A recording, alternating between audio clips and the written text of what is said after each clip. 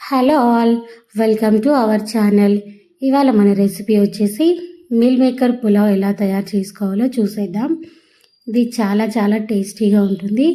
అలాగే వీకెండ్స్లో కూడా ఎక్కువ శ్రమ లేకుండా కేవలం 5 నిమిషాల్లోనే ఎంతో టేస్టీగా ఉండే మీల్ మేకర్ పులావ్ ఎలా తయారు చేసుకోవాలో చూసేద్దాం. లంచ్ బాక్స్లోకి ఈ రెసిపీ చాలా చాలా బాగుంటుంది.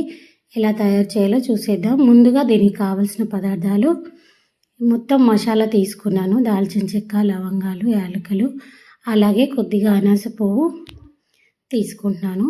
ఇవన్నీ పక్కన పెట్టేసుకోవాలి. తర్వాత నేను ఇక్కడ 1 గ్లాస్ బాస్మతి రైస్ తీసుకున్నాను. ఒక అరగంట సేపు నానబెట్టుకోవాలి పక్కన. అలాగే కొద్దిగా మీల్ మేకర్, కారం 1 టేబుల్ స్పూన్ వరకు కారం తీసుకున్నాను. కొద్దిగా ధనియాల పౌడర్, అలాగే గరం మసాలా, 2 టేబుల్ స్పూన్ల వరకు పెరుగు తీసుకుంటున్నాను. 1 ఫుల్ టేబుల్ స్పూన్ అల్లం వెల్లుల్లి పేస్ట్, అలాగే ఒక పెద్ద సైజ్ టమాటో, ఉల్లిపాయను కూడా ముక్కలుగా కట్ చేసి పక్కన పెట్టుకోవాలి. ఇప్పుడు ఒక కుక్కర్ తీసుకొని అందులో సరిపడా ఆయిల్ వేసుకుంటున్నాను. ఆయిల్ వేసుకున్న తర్వాత కొద్దిగా వేడయ్యాక ఇందులోనే మనం 2 టేబుల్ స్పూన్ల వరకు నెయ్యిని కూడా యాడ్ చేసుకుంటున్నాను. నెయ్యి వేసుకోవడం వల్ల ఫ్లేవర్ బాగుంటుంది. నేనైతే ఇక్కడ ఒక ఫుల్ 2 టేబుల్ స్పూన్ వరకు నెయ్యిని యాడ్ చేసుకుంటున్నాను.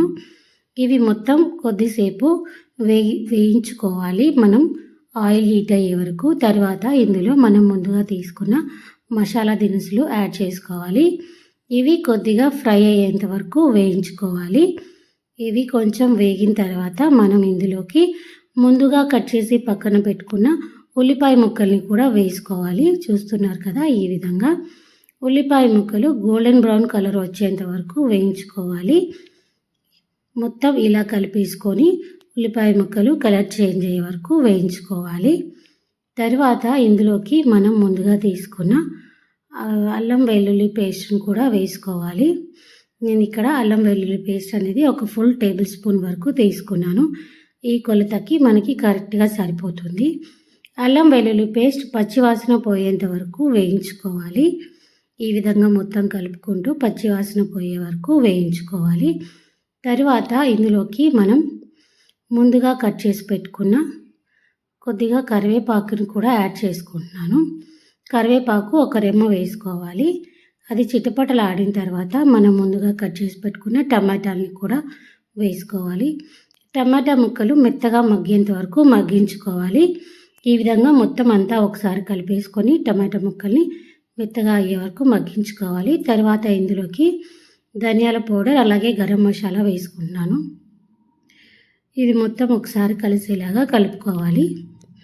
కొద్దిగా గరం మసాలా, ధనియాల పౌడర్ మనకు వేగిపోయిన తర్వాత ఇందులోకి 1 టేబుల్ స్పూన్ వరకు కారం పొడి వేసుకుంటున్నాను. నేను ఇక్కడ కొంచెం కారం తక్కువగానే తీసుకుంటున్నాను. ఎందుకంటే పిల్లలు ఉంటారు కదా, కారం ఎక్కువ తినడానికి ఇష్టపడరు కాబట్టి నేను ఇక్కడ 1 టేబుల్ స్పూన్ వరకు కారం పొడి వేసుకుంటున్నాను. మీ కారానికి తగ్గట్టుగా మీరు ఇంకా కావాలన్నా కూడా వేసుకోవచ్చు. తర్వాత ఇందులోకి మనం ముందుగా తీసుకున్న పెరుగును కూడా వేసుకోవాలి. పెరుగు వేసుకోవడం వల్ల మనకి రైస్ అనేది మంచి ఫ్లేవర్తో ఉంటుంది. పెరుగు వేసుకున్న తర్వాత మొత్తం అంతా ఇలా ఒకసారి కలిపేసుకోవాలి. ఇది మొత్తం కలిసిన తర్వాత ఇందులోకి మనం ముందుగా తీసుకున్న మీల్ మేకర్ని యాడ్ చేసుకోవాలి. నేను ఇక్కడ మీల్ మేకర్ ముందుగా ఒక 10 నిమిషాల వరకు వేడి నీళ్ళలో వేసి ఉంచుకున్నాను. వేడి నీళ్ళలో వేయడం వల్ల మీల్ మేకర్ అనేది మనకి తొందరగా ఉడికిపోతుంది, లేదంటే అలాగే గట్టిగా ఉంటుంది. ఇది మొత్తం ఒక 5 నిమిషాల వరకు కలుపుకొని ఇలా మనం ఉడికేంత వరకు ఉడికించుకోవాలి. ఇది కొద్దిగా ఫ్రై అయిన తర్వాత ఇందులోకి టేస్ట్కి తగ్గట్టుగా సాల్ట్ వేసుకుంటున్నాను. నేను ఇక్కడ కల్లుప్పు వేసుకుంటున్నాను. మీరు కావాలంటే సాల్ట్ కూడా యాడ్ చేసుకోవచ్చు. ఇది మొత్తం ఒకసారి కలిసేలాగా కలుపుకోవాలి. తర్వాత ఇందులోకి మనం రైస్ని నేను ఒక అరగంట సేపు ముందుగానే నానబెట్టి ఉంచుకున్నాను.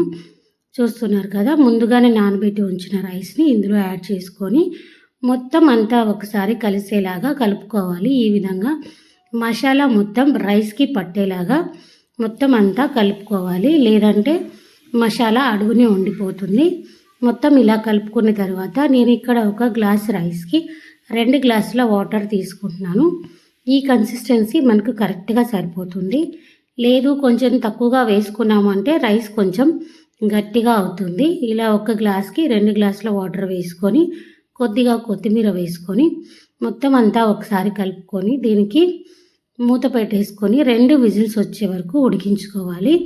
చూస్తున్నారు కదా, ఈ విధంగా 2 విజిల్స్ వచ్చిన తర్వాత కుక్కర్ మూత ఓపెన్ చేసి చూస్తే మనకి వేడివేడిగా మీల్ మేకర్ పులావ్ అనేది రెడీ అయిపోయింది. చూస్తున్నారు కదా ఎంత చక్కగా వచ్చిందో.